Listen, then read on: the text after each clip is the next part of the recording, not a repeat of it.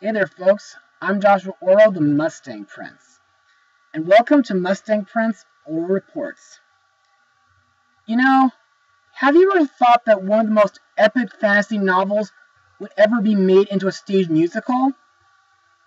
Well, that idea has been done with such stories like The Wizard of Oz and Wicked, but the novel I'll be discussing today is something that you'd never expect to be a stage musical. And that novel is the Chronicles of Narnia. What? Yeah, I figured you didn't know something like this, because I didn't either until the fall of last year when my musical theater village friends said that they would be performing it this early summer. For those who are unfamiliar with the Narnia books, they are a series of 7 fantasy stories for children written by C.S. Lewis. It is considered a classic of children's literature and is considered as C.S. Lewis' best-known work, having sold over 100 million copies in 47 languages. Written between 1949 and 1954 and illustrated by Pauline Bayes and published in London, England between October 1950 and March 1956. The Chronicles of Narnia has been adapted several times, complete or in part, for television, radio, stage, film, audiobooks, and video games. And in case you're wondering when the stage musical started, well, the version that I'm in started in 1984. And in my opinion, well, this version is a tad rushed compared to the book. No offense to my director. And like Get in the Boat that I mentioned during my Noah blog, I'm playing a bull in the show. Now, I've seen several adaptations of the Narnia stories over the years.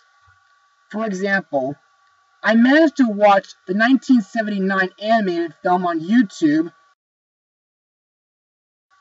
back in 2016 while I was recovering from my giant cell tumor surgery.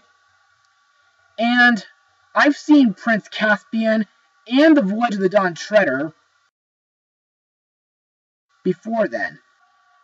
But the Narnia movie I'll be looking at today is the first Narnia movie I've ever seen, and the film that influenced me to read the books months prior. Released on December 9th, 2005, the movie is The Chronicles of Narnia, The Lion, the Witch, and the Wardrobe. Now let's get started. During the World War II bombings of London, 4 English siblings are sent to the countryside house where they'll be safe. One day, while playing a game of hide-and-seek, the youngest member of the family, Lucy, finds a mysterious wardrobe that transports her to the magical world called Narnia. She soon returns to Narnia with her brothers, Peter and Edmund, and her sister Susan. There, they battle wolves, meet talking animals, and join the magical lion Aslan in the fight against the evil white witch Jadis. So, what are my thoughts on this movie? Well, after seeing this movie in theaters twice, I thought this movie was absolutely amazing. Plus, like another reviewer that I follow, I think it's a lot better than the original book. But, to further explain why I love this movie, let's move on to Mustang notes. During the early 1990s, producers Frank Marshall and Kathleen Kennedy were planning a film version.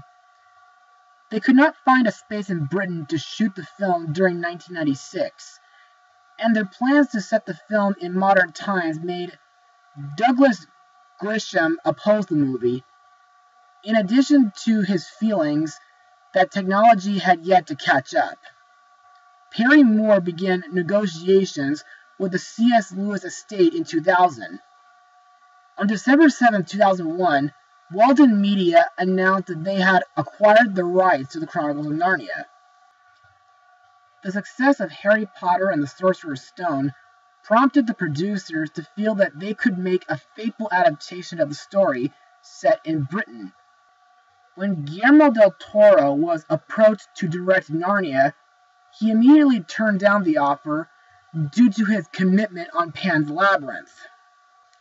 Following an Academy Award win for Shrek, director Andrew Adamson began adapting the source material with a 20-page treatment based on his memories of the book.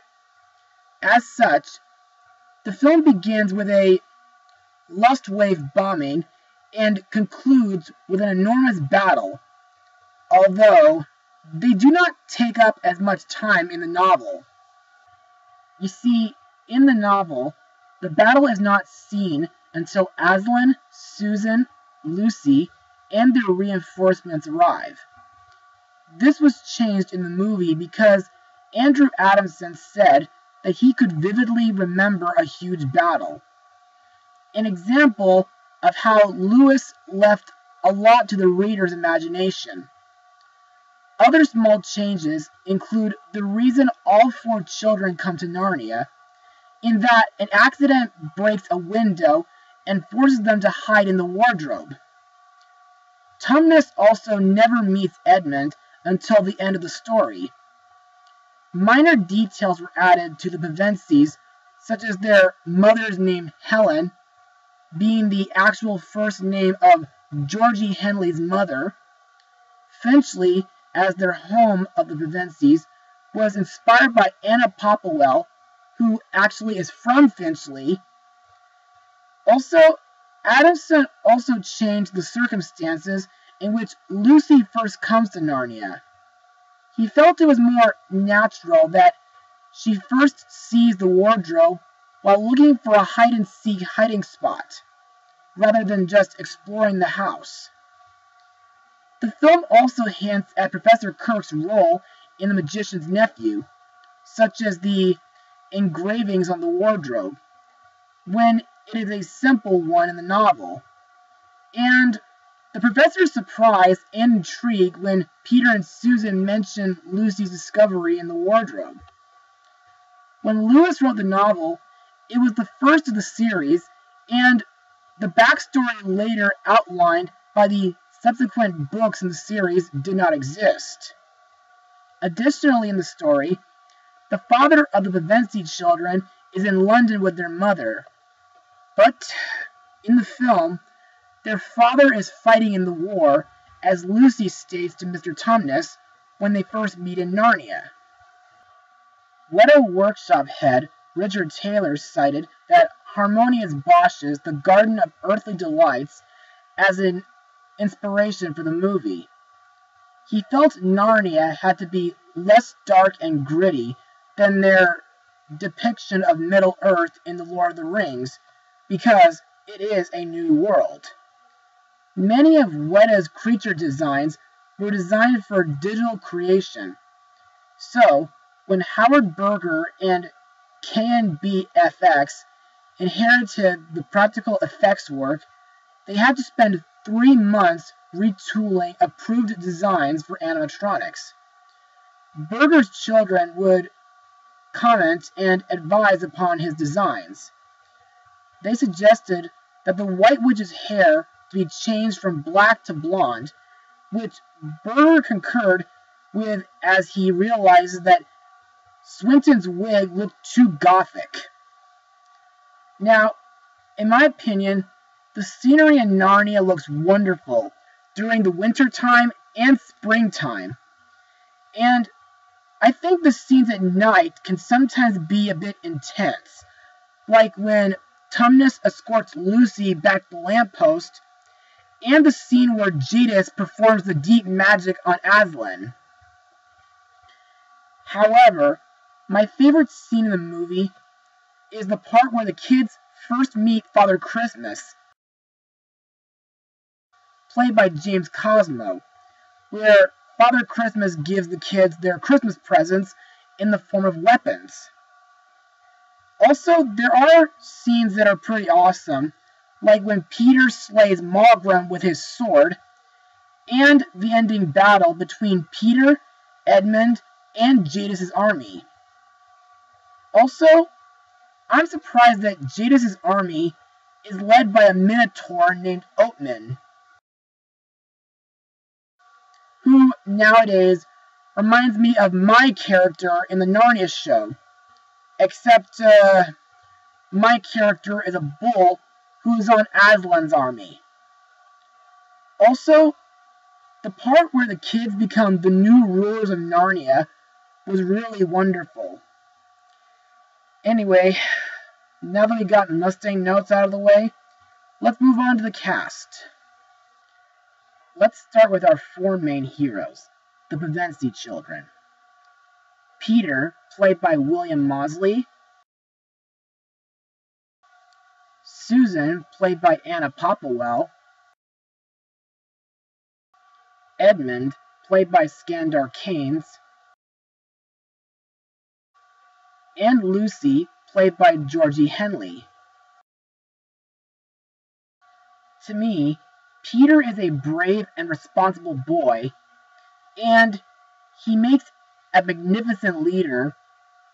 Susan is a gentle girl, and she's an excellent archer, pretty similar to Kagome Higurashi from Inuyasha.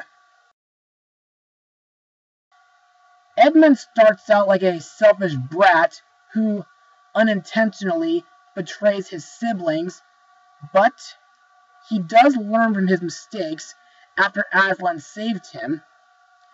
And Lucy is an adorable and valiant child. Plus, Lucy is my favorite out of the four. Next we come to the first Narnia character that we meet, Mr. Tumnus, a faun played by James McAvoy, who has been in Romeo and Juliet and Arthur Christmas. When Tumnus first meets Lucy, he starts out very nice, but he becomes guilty when he tells her that he works for Jadis, the White Witch. But despite the fact that he's petrified throughout most of the movie, he's a pretty decent character, and I like the music that he plays from his flute. Next we come to the Beavers, played by Ray Winstone and Dawn French. I like these characters too. Not only do they tell the kids about Aslan, but they also tell the kids about a prophecy regarding the end of Jadis' reign. Plus, I like that they join the kids on their journey to the stone table to meet Aslan. Also, I like the scene where Mr. Beaver uses his tail while he and the kids cross a melting river. Next we come to the Great Lion, Aslan, voiced by Liam Neeson. Best known from Star Wars Episode 1, Hayao Miyazaki's Ponyo, The Nut Job, Batman Begins, and Clash of the Titans. Legend has it that Aslan was responsible for creating Narnia. Anyway, to me, Aslan is the best character in the story. Plus, he's the Narnia version of Jesus. Yeah, I forgot to mention that these books have a lot of biblical references in them. Anyway, I think Aslan is a very noble lion, and the scene where he sacrifices himself to save Edmund was both intense and heartbreaking. But thankfully, Aslan does not stay dead for too long.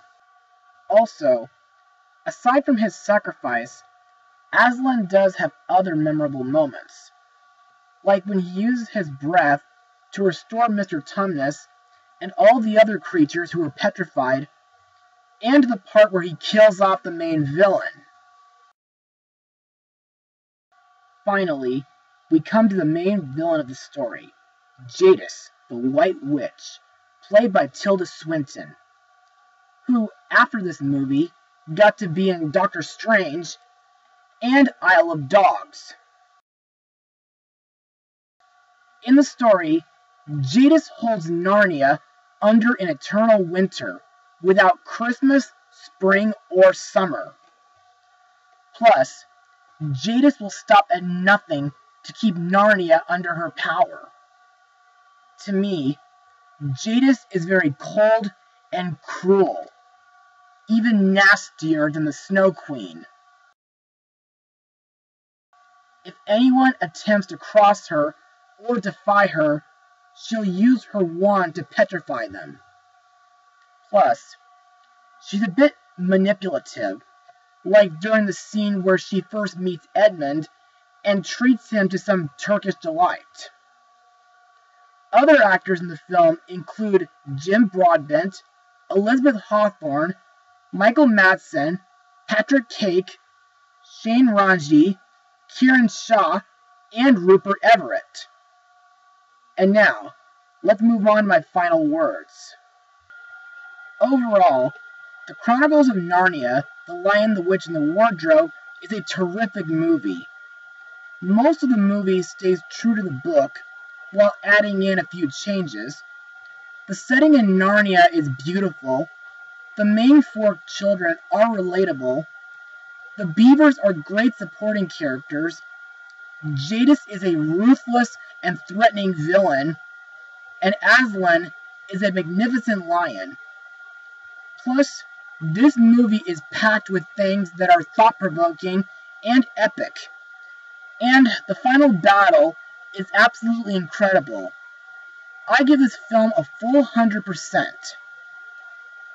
Also, before I go, I would like to invite you viewers to see Narnia on stage at Musical Theater Village.